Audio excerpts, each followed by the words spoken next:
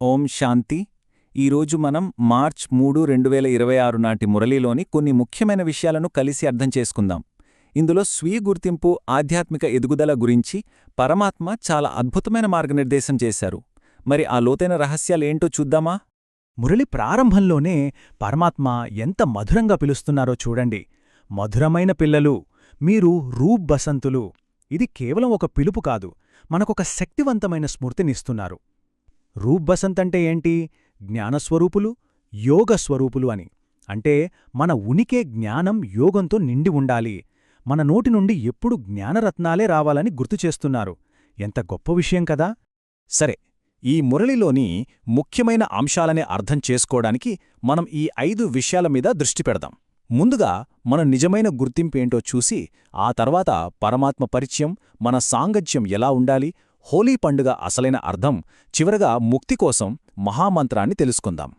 మొదటిది మన నిజమైన గుర్తింపు రూప్ బసంత్, అంటే జ్ఞాన మరియు యోగ స్వరూపులు. పరమాత్మ చెప్పిన ఈ రూప్ బసంత్ అనే మాటను కొంచెం లోతుగా చూద్దాం. ఇది కేవలం ఒక పేరు కాదు, అది మనం చేరుకోవాల్సిన ఒక ఉన్నతమైన స్థితి. జ్ఞానంతో, పరమాత్మ స్మృతితో నిండిపోయిన ఒక అద్భుతమైన స్థితి అన్నమాట. మరి ఆ స్థితిని ఎలా చేరుకోవాలో చూద్దాం. అంటే రూప్ బసంత్ అంటే దైవిక జ్ఞానం, అంటే జ్ఞాన మరియు దైవిక స్మృతి అంటే యోగం. ఈ రెండింటి స్వరూపంగా అయిపోవాలి. ఎవరి నోటి నుండి అయితే కేవలం జ్ఞాన రత్నాలే వస్తాయో వాళ్లే రూప్ బసంత్. అంటే మన మాటల ద్వారా, చేతల ద్వారా ఇతరులకు దారి చూపే ఒక దీపంలా అవ్వడం. కేవలం విషయాలు తెలుసుకోవడం కాదు, ఆ జ్ఞానాన్ని మన జీవితంలోకి తీసుకురావడం, మన నడవడికలో చూపించడమన్నమాట. సరే, మన గుర్తింపు మనకు తెలిసింది. మరి ఈ జ్ఞానాన్ని ఇతరులతో, ముఖ్యంగా కొత్తవాళ్లతో ఎలా పంచుకోవాలి? ఎవరైనా కొత్తవాళ్లొచ్చినప్పుడు వాళ్లకి పరమాత్మ పరిచయం ఎలా ఇవ్వాలి? దీనికోసం పరమాత్మ మురళిలో చాలా ప్రాక్టికల్గా ఒక మంచి పద్ధతిని చెప్తున్నారు. చూడండి, మనం వాళ్లకి లెక్చర్ ఇవ్వకూడదు. పరమాత్మ ఏం చెప్తున్నారంటే, వాళ్లను మొదట ఒకే ఒక ప్రశ్న అడగమంటున్నారు. మీరు ఎవర్ని కలవడానికొచ్చారు అని. ఎంత సింపుల్ ప్రశ్న, కాని చాలా శక్తివంతమైనది. ఈ ఒక్క ప్రశ్న వాళ్లని ఆలోచింపచేస్తుంది. వాళ్ళు నిజంగా దేనికోసం వెతుకుతున్నారో వాళ్లకే తెలిసేలా చేస్తుంది. ఆ తర్వాత వాళ్లకి ఈ తేడాను స్పష్టంగా చెప్పాలి. ఇక్కడ మనం కలిసేది ఒక గురువుని కాదు, మన తండ్రిని. గురువులు బోధనలు, కర్మకాండలిస్తారు. కాని తండ్రి ఏమిస్తారు? స్వర్గ వారసత్వాన్నిస్తారు. గురువు ఎవరైనా మానవుడు కావచ్చు, కాని మన తండ్రి ఒక్కరే. ఆయనే పరమాత్మ శివుడు. ఇది గురువు శిష్య సంబంధం కాదు, ఇదొక కుటుంబం. ఈ ఒక్క మాట చాలు, వాళ్లలోని భయం పోయి ఒక ప్రేమపూర్వకమైన అనుభూతి కలుగుతుంది. సో పరిచయం ఇవ్వటానికి పరమాత్మ ఈ 3 స్టెప్స్ చెప్తున్నారు. మొదటిది, ఇది ఒక కుటుంబం, అంటే ప్రజాపిత బ్రహ్మకుమారీస్ అని స్పష్టం చేయాలి. రెండోది, ప్రజాపిత బ్రహ్మాని మానవాళికి తండ్రిగా పరిచయం చేయాలి. ఆ తరువాత మూడోది, ఆత్మలందరికీ తండ్రి అయిన పరమాత్మ శివబాబాని పరిచయం చేయాలి. ఈ క్రమంలో పరిచయం ఇస్తే ఎలాంటి కన్ఫ్యూజన్ ఉండదు, పునాది చాలా బలంగా పడుతుంది. ఓకే, బయట సేవ ఎలా చేయాలో చూశాం, కాని మన లోపలి స్థితిని కాపాడుకోవడం కూడా అంతే ముఖ్యం కదా.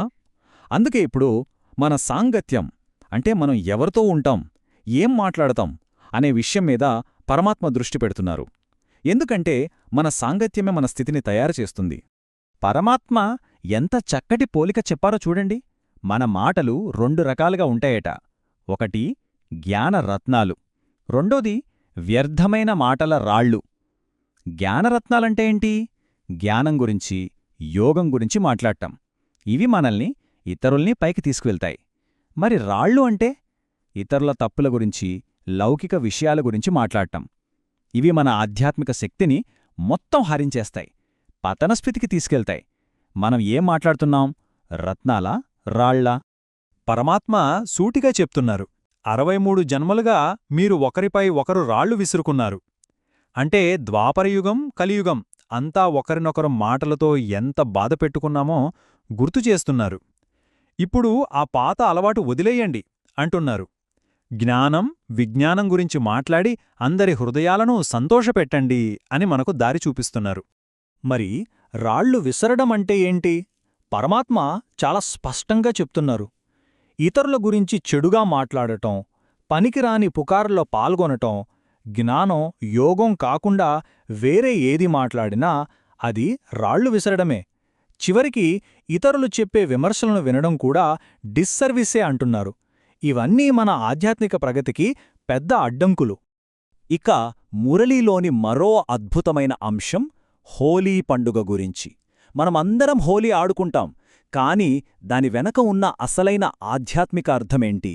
పరమాత్మ ఇప్పుడు దాని గురించే వివరిస్తున్నారు. ఇది మనం అనుకునే రంగుల పండుగ కంటే చాలా చాలా లోతైనది. అసలైన హోలీ అంటే జ్ఞానం మరియు యోగం లేదా స్మృతి యొక్క పండుగ. చాలా బాగుంది కదా. ఇక్కడ రంగు ఏంటి? జ్ఞానమే రంగు. ఆ జ్ఞానమనే రంగుతో ఆత్మని నింపాలి. మరి ఆ రంగుని శుద్ధి చేసే శక్తి ఏది? అదే పరమాత్మ స్మృతి. జ్ఞానం మన ఆత్మకి రంగు వేస్తే స్మృతి దాన్ని శుద్ధి చేస్తుంది. అద్భుతం. చూడండి, బయట ప్రపంచంలో దుమ్ముతో మట్టితో హోలీ ఆడుకుంటారు. పరమాత్మేమంటున్నారంటే అది అజ్ఞానానికి చిహ్నం. ఎందుకంటే వాళ్లకి జ్ఞానమనే మూడో నేత్రం లేదు. తమని తాము తండ్రిని మరచిపోయి అజ్ఞానంలో ఉన్నారు.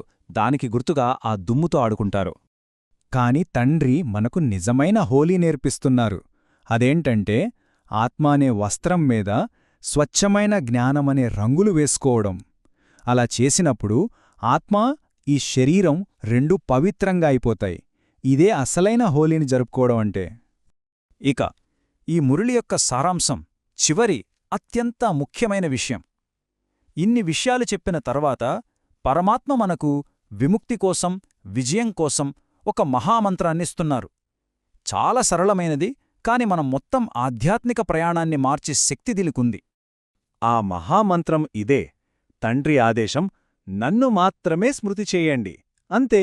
ఎంత సింపుల్! ఈ ఒక్క ఆజ్ఞలో అనంతమైన శక్తి ఉంది. కేవలం ఆ ఒక్క తండ్రిని స్మృతి చేయడం ద్వారా మన ఆత్మశుద్ధి అవుతుంది. మన కర్మల ఖాతా ఖాళీబోతోంది. మన స్వర్గవారసత్వం మనకు మళ్ళీ లభిస్తుంది. అందుకే వేరే ఏ మార్గదర్శకాలు అవసరం లేదు. కేవలం ఒక్క తండ్రిని, ఆయన ఇచ్చే వారసత్వాన్ని స్మృతి చేస్తే చాలు. ఈ దుఃఖసాగరాన్ని దాటడానికి ఇదే కీలకం. దీనికి ఏ కష్టమైన ఆచారాలు, తపస్సులు అవసరం లేదు. కేవలం ప్రేమతో కూడిన స్మృతి చాలు. దీంతోపాటు మురళిలో ఒక మంచి స్లోగన్ కూడా ఉంది. సేవలో విజయం సాధించాలంటే వినమ్రత యొక్క విశేషతను ధారణ చేయండి. అంటే జ్ఞానం ఎంత ఉన్నా సేవలో సక్సెస్ కావాలంటే వినయం తప్పనిసరి.